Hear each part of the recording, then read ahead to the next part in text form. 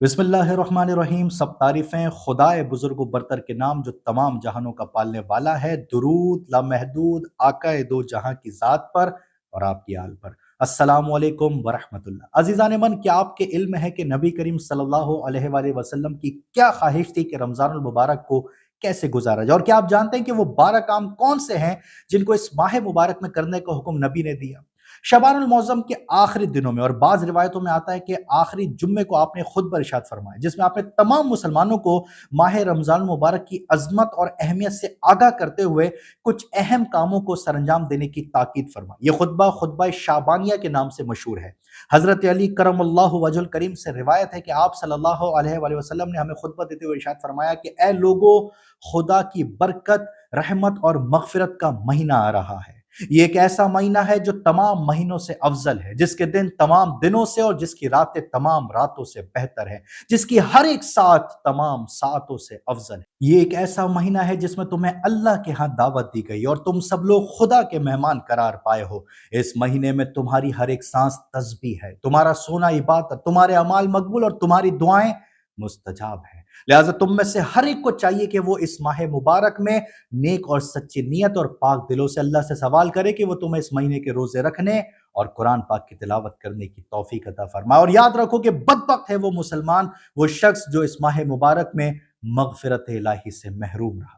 پھر آپ نے فرمایا کہ اس مہینے میں روزے کی وجہ سے جو تمہیں بھوک اور پیاس لگتی ہے، اس سے قیامت کے دن کی بھوک اور پیاس کو یاد کرو۔ غریب اور تنگ دست لوگوں کو صدقہ کرو، بزرگوں کا احترام کرو، چھوٹوں پر رحم کرو، رشتہ داروں سے صلہ رحمی کرو، اور اپنی زبانوں کو ہر برائی سے محفوظ رکھو۔ اپنی نگاہوں کو ان چیزوں کے دیکھنے سے بچاؤ کہ جن کا دیکھنا جائز نہیں، اور اپنے کانوں کو ایسی آوازوں سے بچاؤ کہ جن کا سننا حرام ہے۔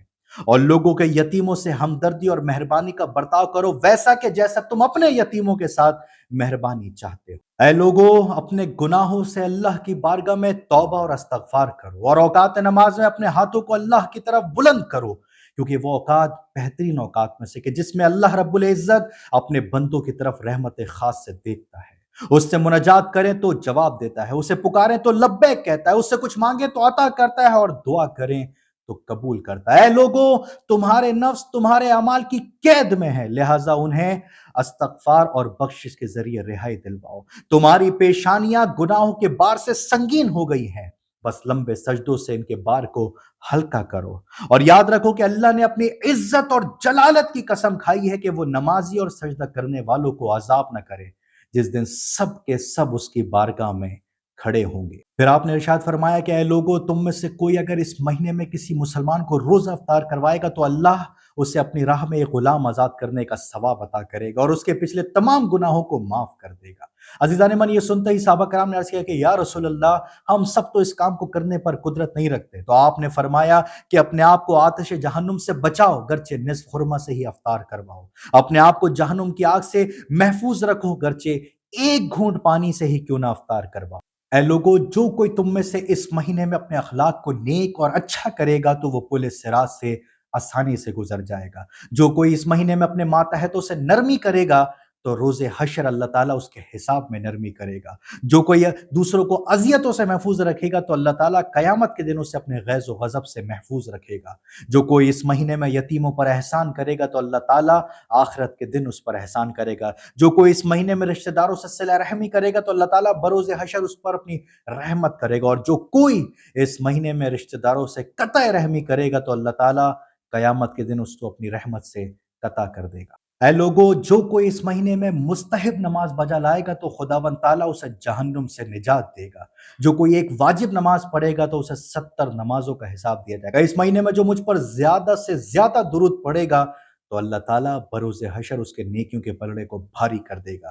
جو کوئی اس مہینے میں قرآن پاک کی ایک آیت کی تلاوت کرے گا تو اسے ختم قرآن کا ثواب دیا جائے۔ پھر آپ نے ارشاد فرمایا کہ اے لوگو، بے شک اس مہینے میں جنت کے دروازے کھول دیے گئے ہیں، لہٰذا اپنے رب سے درخواست کرو کہ وہ تم پر ان کو بند نہ کرے، اور جہنم کے دروازے بند کر دیے گئے ہیں، لہٰذا اپنے رب سے التجا کرو کہ وہ تم پر ان کو نہ کھولے، اور شیاطین اس مہینے میں قید کر دیے گئے ہیں، اپنے رب سے التجا کرو، درخواست کرو کہ وہ تم پر ان کو مسلط نہ کرے۔ حضرت علی کرم اللہ وجہ الکریم فرماتے ہیں کہ میں کھڑا ہوا اور میں نے پوچھا کہ یا رسول اللہ، اس مہینے میں سب سے بہترین عمل کون سا ہے؟ تو آپ صلی اللہ علیہ وآلہ وسلم نے ارشاد فرمایا، اے ابو الحسن، اس مہینے میں سب سے بہترین عمل محرمات الہی سے پرہیز کرنا ہے۔ خدا سے دعا ہے کہ پروردگار ہمیں اپنے حبیب کے بتائے ہوئے طریقے کے مطابق آنے والے رمضان کو گزارنے کی توفیق عطا فرمائے۔ آمین۔